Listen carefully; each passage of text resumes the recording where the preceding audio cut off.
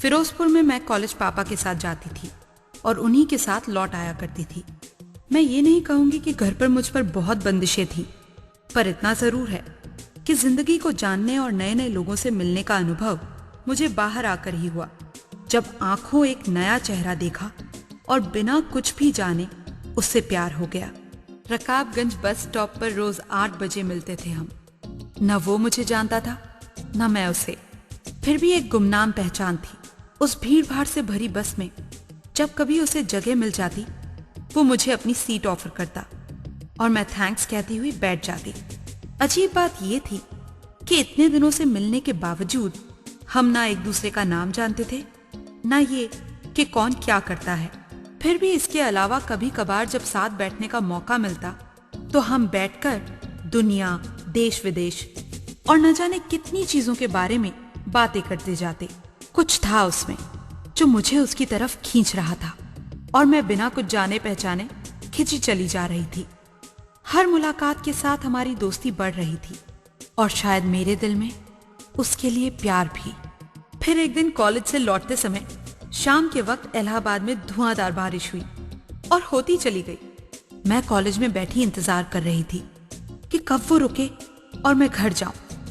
पर जब रात के 8 बज गए और बारिश ने रुकने का नाम नहीं लिया तो मैंने मजबूरी में बाहर कदम बढ़ाया।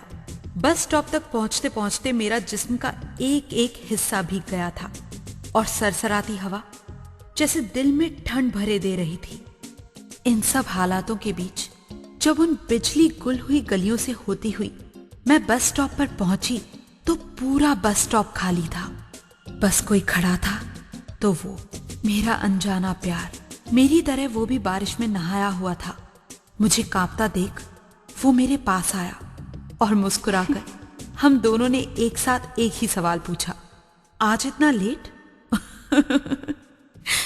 थोड़ी देर बाद उस अंधेरी सड़क पर बस आकर रुकी और हम दोनों उसमें बैठ गए। कुछ अजीब सा माहौल था। पूरे शहर की बिजली गुल, बस बिल्कुल खाली और उसमें भी अंधेरा।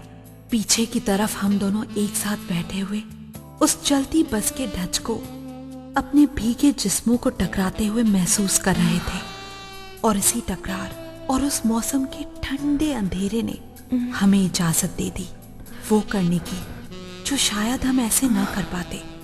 उसने मेरे कुछ कहने से पहले ही अपने होंठ मेरे होंठों के हवाले कर दिए। बस के पिलर को थामे मेरे हाथों पर अपना हाथ रखकर उसने मुझे जोर से खिड़की की तरफ दबा दिया। पानी से भीगे उन कपड़ों का वजन जैसे एकदम से इतना भारी लग रहा था कि जितना हो सका हमने उस बोझ को हल्का कर दिया और अपने जिस्म की नमी एक दूसरे को सौंप दी।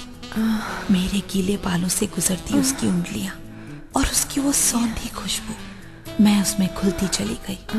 वो मुझे जहां भी ले जा रहा था मैं जा रही थी, वो भी उस अंधेरे रास्ते पर जिस पर रोशनी का कोई ठिकाना नहीं था।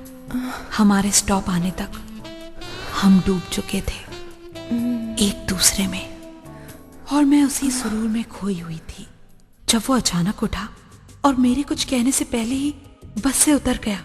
उस रात मैंने उसे बहुत पुकारने की कोशिश की, पर कैसे पुकारती मैं तो उसका नाम भी नहीं जानती थी। न जाने जो हुआ उसमें किसकी गलती थी, मेरी, उसकी या कुदरत की, जो हमारे बीच अजीब सा खेल खेल रही थी। और खेल तो खत्म ही हो जाते हैं, सो वो भी होगा। और धुआं बन के मेरी जिंदगी से ओझल हो गया और इसी अधूरेपन की झुंझलाहट ने मेरी जिंदगी में किसी और को जगह दी जो शायद उसके लायक नहीं था।